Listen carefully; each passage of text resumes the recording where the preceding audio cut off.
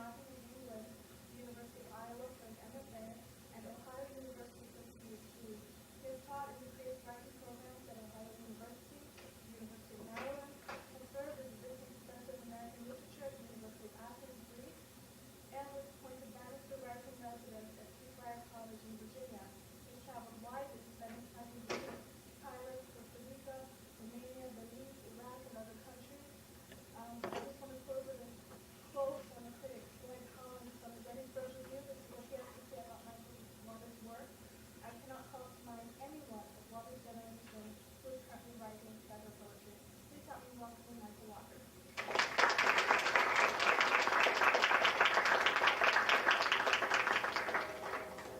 Thank you, Cheryl. Thank you for coming this evening. If you can't hear me, let me know, but I think I'll get to you. And it's a pleasure to be back here in this community of writers and at the home of River City, too. Thank you for having me. River City sent out a letter some time ago, and I have a copy of it with me. It was asking for submissions for a special issue. And this is one of the paragraphs. Tom responds. Did you write this? What happens to the ignored self? It doesn't just disappear. It constantly rises up, often surfacing in strange and unexpected ways. Call it the alter ego, the doppelganger, the mirror self, the unknown twin, the real self, the other inside us.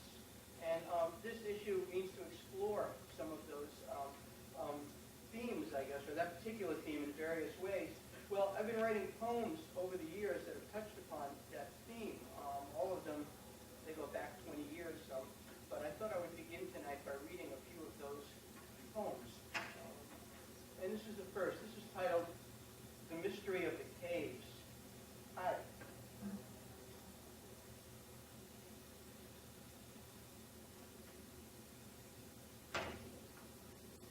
The Mystery of the Caves. I don't remember the name of the story, but the hero, a boy, was lost, wandering a labyrinth of caverns, filling stratum by stratum with water. I was wondering what might happen. Would he float upward toward light, or would he somersault forever in an underground black river? I couldn't stop reading the book because I had to know the answer. Because my mother was leaving again. The lid of the trunk thrown open, blouses torn from their hangers, and the crazy shouting among rooms.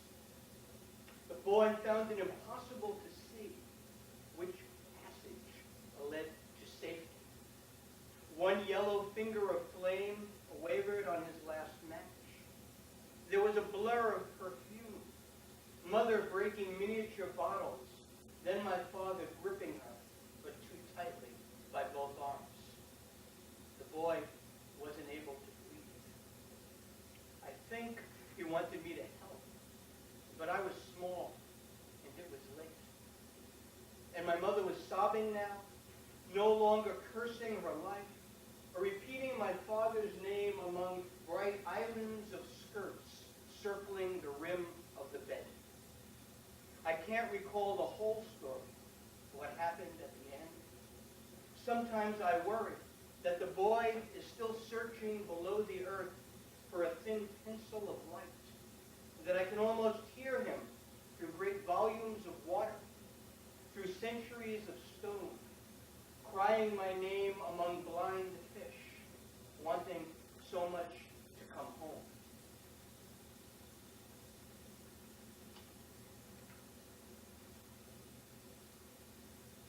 It wasn't until I sent some poems to Daphne Stewart, the editor of the then editor of Shenandoah, and he took a poem and wrote back and said, "Oh, this is one of your poems where you write about your twin." And I said, "What are you talking about? I don't have any other poems like that." And he sent me back a list, and I had never noticed that before. This is another one, Lipstick. I should mention, I guess, most of you probably know the name of the German mystic, Rainer Maria Rilke. And you might know that when he was a young boy,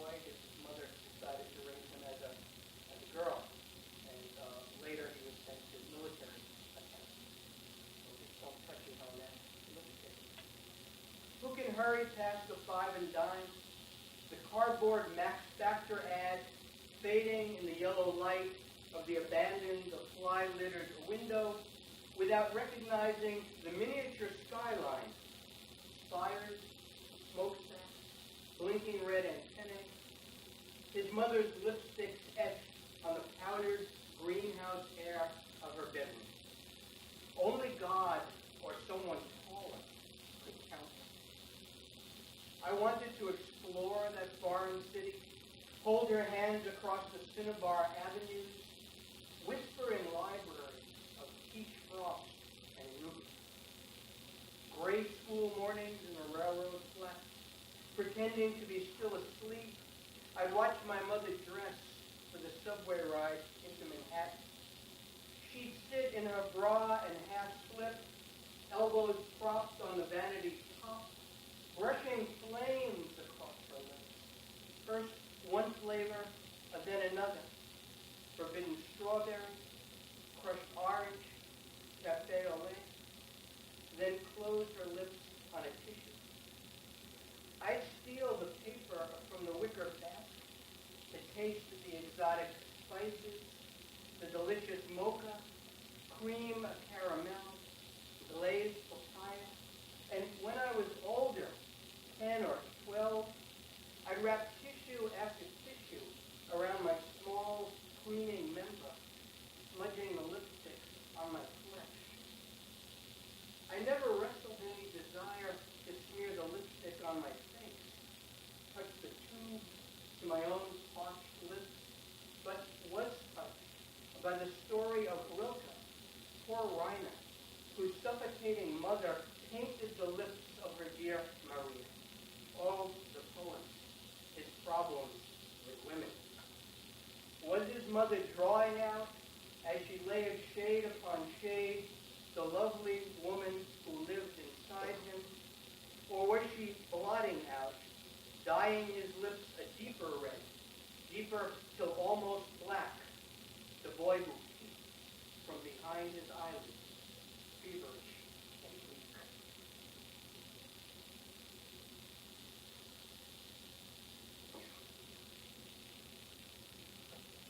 And this is singing for Elizabeth. How often have I tried to please you, tracing your passage down Clover Street, where you floated, tenement goddess, blown hair brushing the cypress branches, floated with the joyful ease of the unborn, raising my name to the Brooklyn rooftops, calling to me among scorched tires and debris that we might compare our inchoate desires? My secret was the yearning, singular boyhood I kept hidden, bruised marble in my pocket.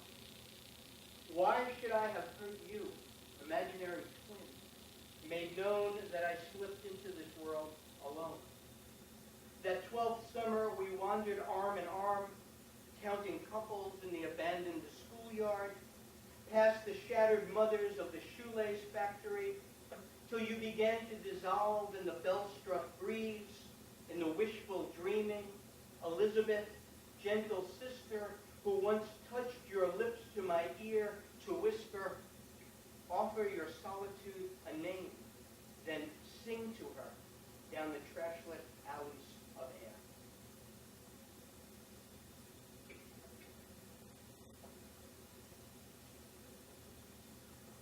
And one more poem that touches on that notion of double. This is a poem spoken by a young girl of, I want to say the previous century, but now it's, we say the 19th century. In 1851, the epigraph reads, a man named appropriately enough John Humphrey Noyes founded a free love settlement in Oneida, New York. And one of the teachers in that community noticed that some of the children, the young women, were becoming especially fond of their dolls. Dolls, it was thought, being representative of the traditional role of motherhood.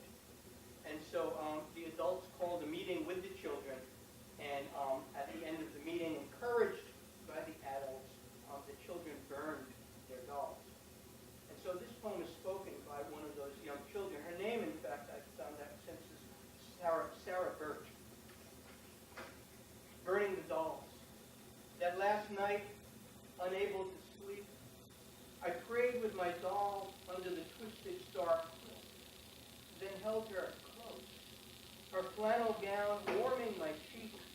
her hair made of yarn brushing the tears. I sang her favorite lullaby, then she sang it back to me. When the sky flared into dawn, I carried her in my arms, not crying now for anyone to see. To my sisters barefoot on the lawn, circling the stacked wood, each bearing some small body that stared into the remote sun. And when the burning was done, when her white Sunday dress was transformed to ash, and each perfect grasping finger melted upon the coals, when her varnished face burst in the furnace of my soul, the waxy lips forever lost, then I knew I'd no longer pray, even with fire haunting me, because I hadn't resembled closely enough my mother, hadn't withheld my burgeoning desire. So, like a dog, concealing what I'd learned, I burned and burned and burned.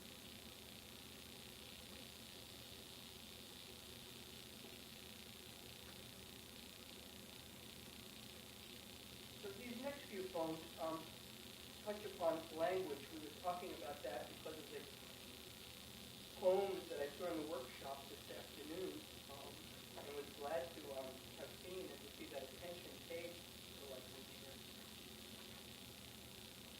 These poems have to do with the triggering sources, really, of our creative process, I think. Oh, reading Dickens. The war that it refers to at the beginning would be World War II. Not long after the war, my father bought by mail the complete set of the works of Charles Dickens, each book bound in black and red imitation leather, the titles embossed in gold.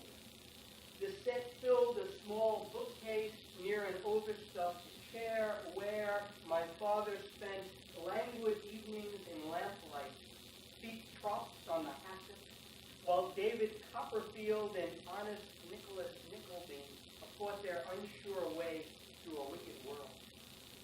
He might have imagined me, his only son, not yet born, on his lap, learning to read. Each time he finished a book, he slipped $1 between the gilt-edged pages. Some nights, the money low, he and my mother bounced before the bookcase, shaking each volume, the few bills falling, enough for dinner for the double feature. Decades later, reading Dickens, I imagine those early years, their slow stroll home, her arms circling his waist, the whistling papery leaves, the bath she drew before bed, while he waited downstairs, reading Dickens, happy not to be living some great adventure, happy to close the book before my mother slept, saving the ending for tomorrow.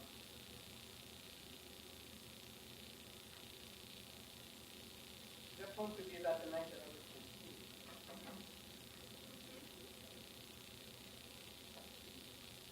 This is called Horse. How are we doing? Can you hear me? The first horse I ever saw was hauling a wagon stacked with furniture past storefronts along Knickerbocker Avenue.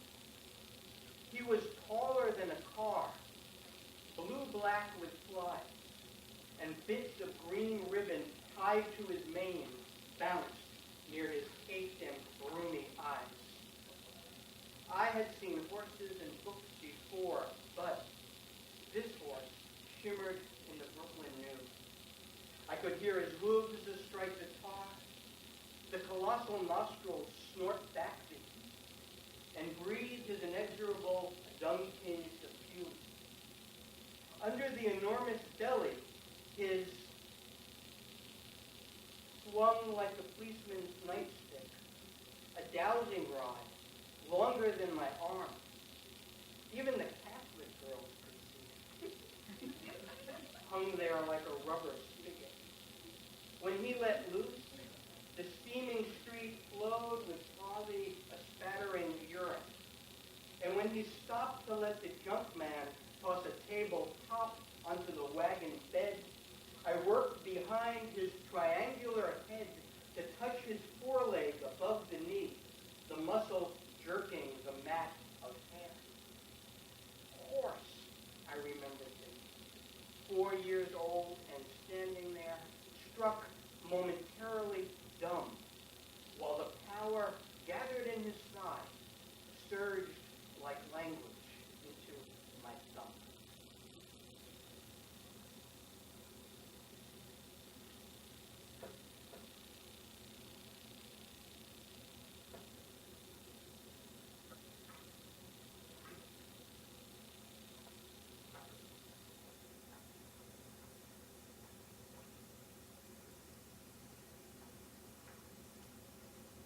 Thanks. This is no excuse, but I'm used to reading from my books, which I didn't bring tonight. This is the selected poems that I've only recently finished putting together, and I thought I had everything marked here.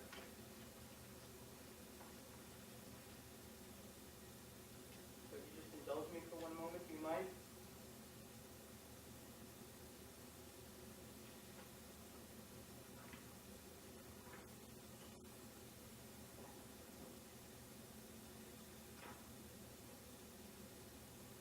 When I'm at a reading and I see someone do this, I just hate them. I think it's your damn home. Where is it?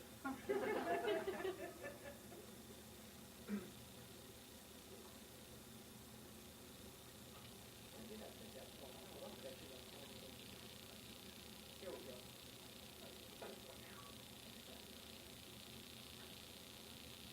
These next ones, just these two poems, basically involve the same sort of triggering to us. And so many of these poems function as that sort of Bildung Roman, that sense of the education of a writer. And go back to childhood, at least this section of the book does, to those early experiences with literature or with reading until the reading became what we think of as literature. And also with that early knowledge of a sexuality that's never quite clear. This poem is called Among Blackberries. It's a little poem. Her lips blue from tasting, her eyes so blue. She stares at the boy on the bicycle, who stares at her breast through the thin cotton blouse. I was 14 and didn't know our lives come down to moments forgotten until so many miles later, perhaps stuck in the slow bloom of traffic, the sun pressing its memory into thighs. The horns blare us back from another country, where I have been bicycling again, among hills, among blackberries. Noon strikes its dumb chord through the part in my pale hair. I stop pedaling now to stare. Her lips blue from tasting, eyes so blue, the struck moment of her breast, the blackberries sweating in their bucket. And this poem depends upon an old dirty joke that you might remember. This is one of the first jokes that I remember hearing. Do you remember the difference between a rooster and a whore? Does that ring a bell for anyone? Yeah. I must have heard that when I was, 10 years old, something like that. No? No? Well, the punchline is given in the poem, and then you'll figure it out quickly enough. The difference between a rooster and a whore, those adolescent jokes blown from mouth to sour mouth, that sham resuscitation, the snickering gusts through schoolyards, nudges and leers when the girls breeze by. Are they still making their slow rounds, winding their way back to us, unchanged? When I paused in the anonymous snow to piss obscenities and looping script, did I scrawl my name in the devil's book? Last week, on a crosstown bus, a woman's umbrella snagged her skirt, the wire tugging toward mid-thigh. The driver, glancing glancing in the mirror, grinned at me, his body buddy.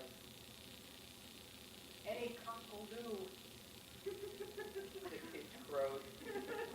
Stoned on the pier those sultry nights, gulping beer and shaking their cans to tease the hushed girl's hair with spray, then hammered some fisherman's slimy haul, gasping eels, garbage fish, and the frothing, vulgar mouth of the stingray.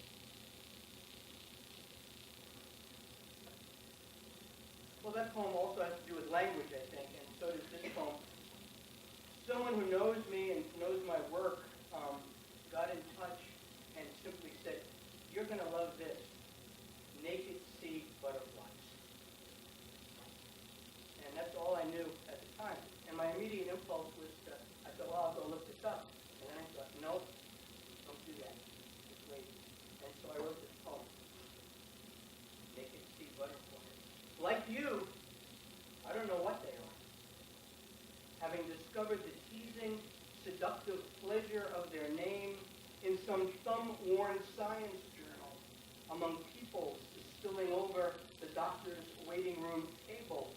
But imagine them, translucent, exhausted novi fallen, black-tipped pinwheels spinning upon vast lattices of foam, each splintery, pixel-like brainstem pulsing joy. Who among us would compromise any creature's brief happiness with grief, however we don't? Like us, they may evolve without sure knowledge of the exquisite, without fame, even, unlike us, without knowledge of the simple, poetic dazzle of their name.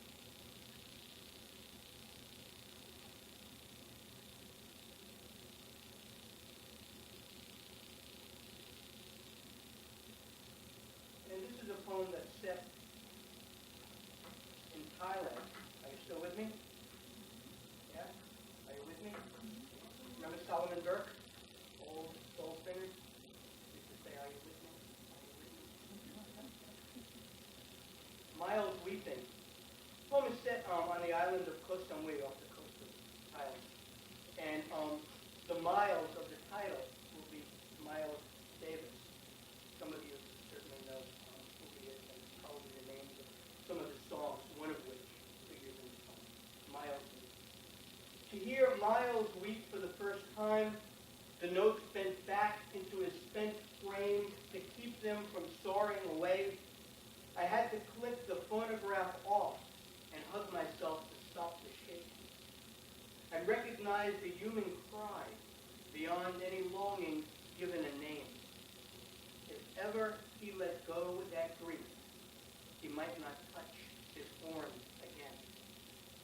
That cry rose in another country, full-throated in awkward English. I still have the envelope, unstamped, addressed to Mother, Father, its oily scrap of paper torn from a primer, the characters like the inky root hairs scrawling the washed-out soil. Leck, every boy's nickname, wrote he was, quote, to be up against, meaning, I guess, that his future was end-stopped, one unbroken line of tabletops awaiting to be wiped. He walked miles along the coast to find us combing the beach, then stood, little Buddhist, with bowed head, while we read his letter composed with the help of the schoolmaster. How could we deny the yearning ambition to abandon the impossible land of his fathers to begin again? We could only refuse in a silent way. When someone asked Miles Davis why he wouldn't play ballads anymore, he replied, because I love them too much. All that we never say to each other, the intimacies we can't complete, those ineluctable fragments to be up against.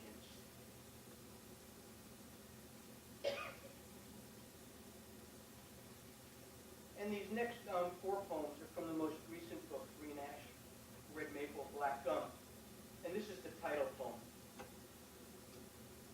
How often the names of trees consoled me.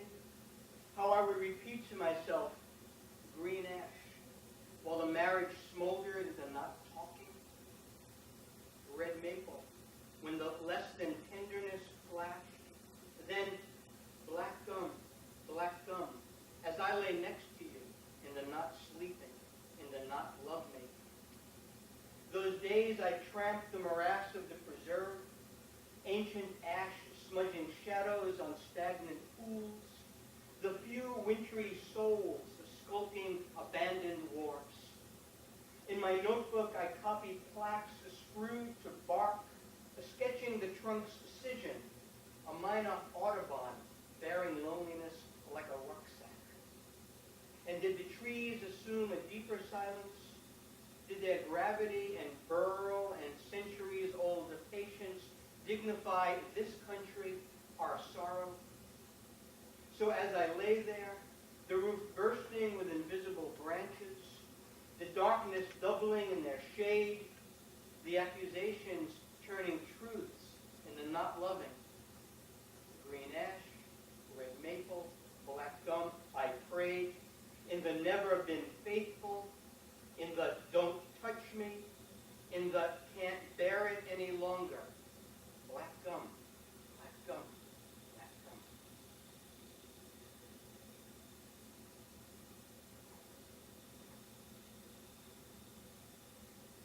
And this poem is set on the Greek island of Chios, and is the title poem of the selected. It's Parthenope.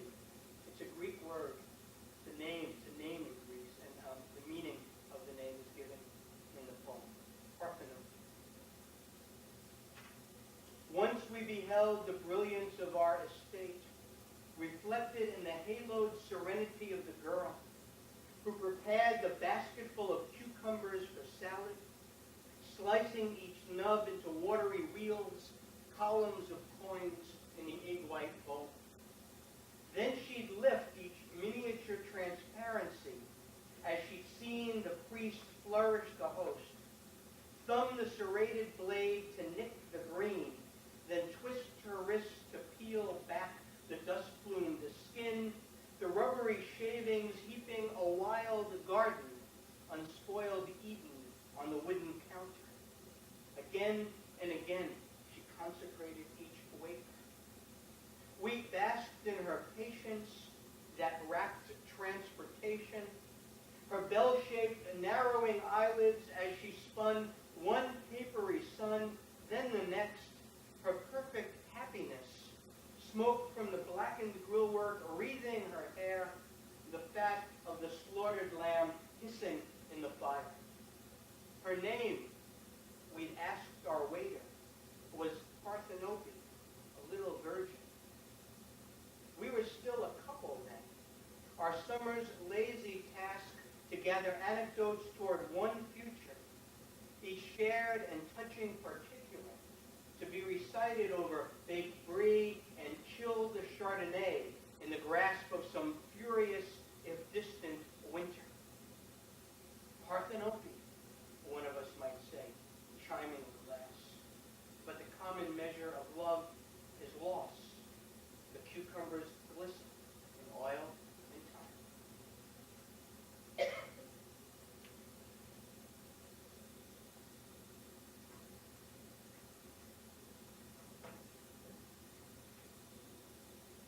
This is titled Hummingbirds. You doing okay? Comfortable? It's not easy, I think, to pay attention to one person reading for 40 minutes or something like that. We have about, 15 minutes or so to go. Can you do that? Well, I always get so uncomfortable when everyone is so sort of quiet like that, you know. This is called, I'm going to go to another poem first. Let's see what you think of this one. This is fairly recent. It's called B&B. Let's begin here. 3 years later, we meet in a B&B only days after the boy disappears in a lake in a distant state, then's found, drowned and bitten, a shredded torso nosed through reeds by a 12-foot gator. I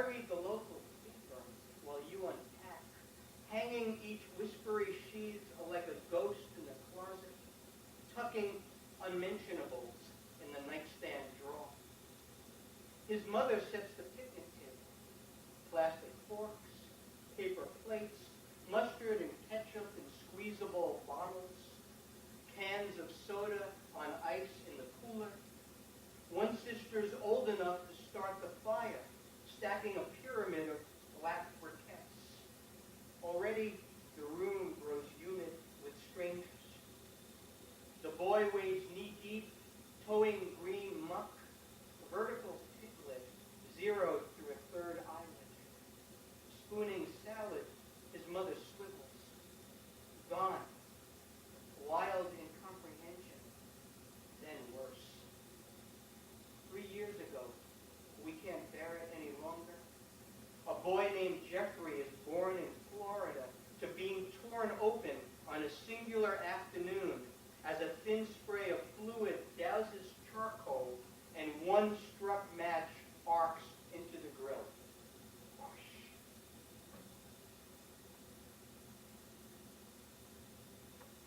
And this is titled Hummingbirds.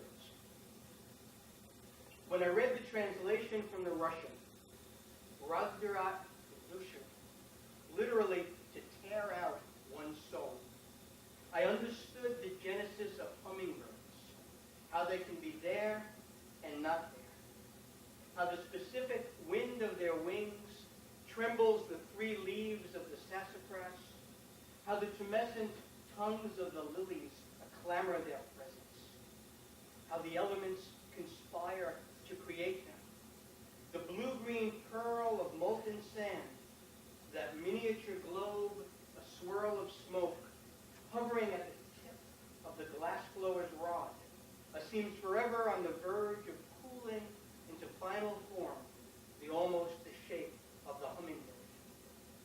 At the dinner party, no longer lovers, we spoke to each other in such measured tones to keep our voices from modulating, until you couldn't help but choose not to return my gaze or respond to my mild jokes. I felt some interior wall tumble away. Who has ever seen a hummingbird arrive? Who has seen a hummingbird at ease, though its metaphysical dollop of flesh must grow heavy, weighted with gravity, even the saffron seed of its eye, the cork skeleton, the heart, like a ball bearing in its feathered case. What I've never told you is that, beyond the ruins, I glimpsed a garden resplendent with hummingbirds, an aviary of exiled souls, working so hard just to remain in one spot.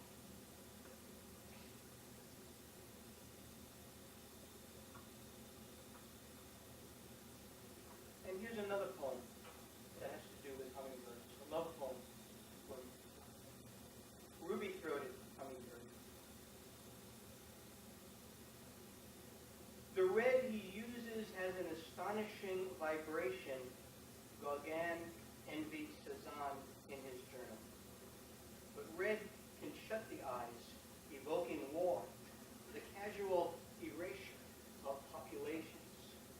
I prefer green, the shade you sometimes see on hummingbirds, those iridescent compensations, though even John James Audubon couldn't get them quite right. I mean their presence, their magisterial splendor, their monarchies among the honeysuckle.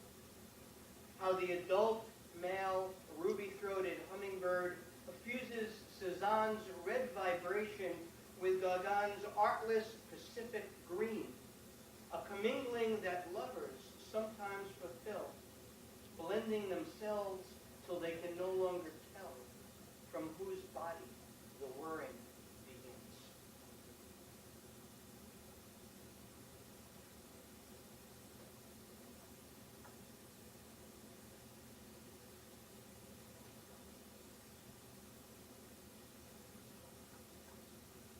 And this is titled Bountiful. Providence leads us to many tables in our travels, to meetings with the insignificant others who are placing olives on their tongues, begin to shine like the swollen Buddha. Watching them eat, we fill with desire. The raw broccoli in its cradle of ice quivers its antennae, breathing its green and vinegary aroma into the room. The lemons offer their soft, underwater light. Pale crescents of peaches in Bordeaux, cheeses defining the shaded meanings of yellow, chunks of melon like the fabled jewels of pharaohs, the breast of turkey whiter than the linen wrapping the risen body of Jesus. You know the kind of meal I mean.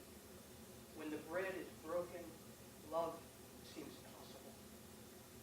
If the sleep that follows draws us away from this life into another, more abstract landscape, food eases us into a future among friends, among the forbearing women. And sorrow has no place at this table, simmering in black pots on back burners, or remaining in cookbooks bought by husbands roaming malls after the divorce. Thank you. I'm glad that you find that. It's close to the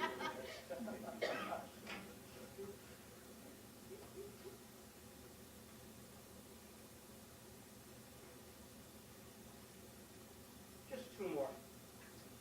What the late Bill Matthews used to call the two-poem warning. Those poems that have to do with past relationships or love lost or however we want to phrase them. When I had finished giving a reading one time at another at a university, Bill Matthews was there, and it was in the reading took place in an art gallery, and a small place, and near the entrance was a display of gifts and cards. And you know how on those displays of cards, the cards are just sort of labeled that you know what kind of cards they are. And so I got through reading a number of these poems, and Matthews called me over and he said, "Look, Michael," he said, "this is kind of like a synopsis of your reading." And I read, and it said, "Friendship, friendship, friendship. Romance, romance, romance. Get well. Get well." Romance in the old folks' home.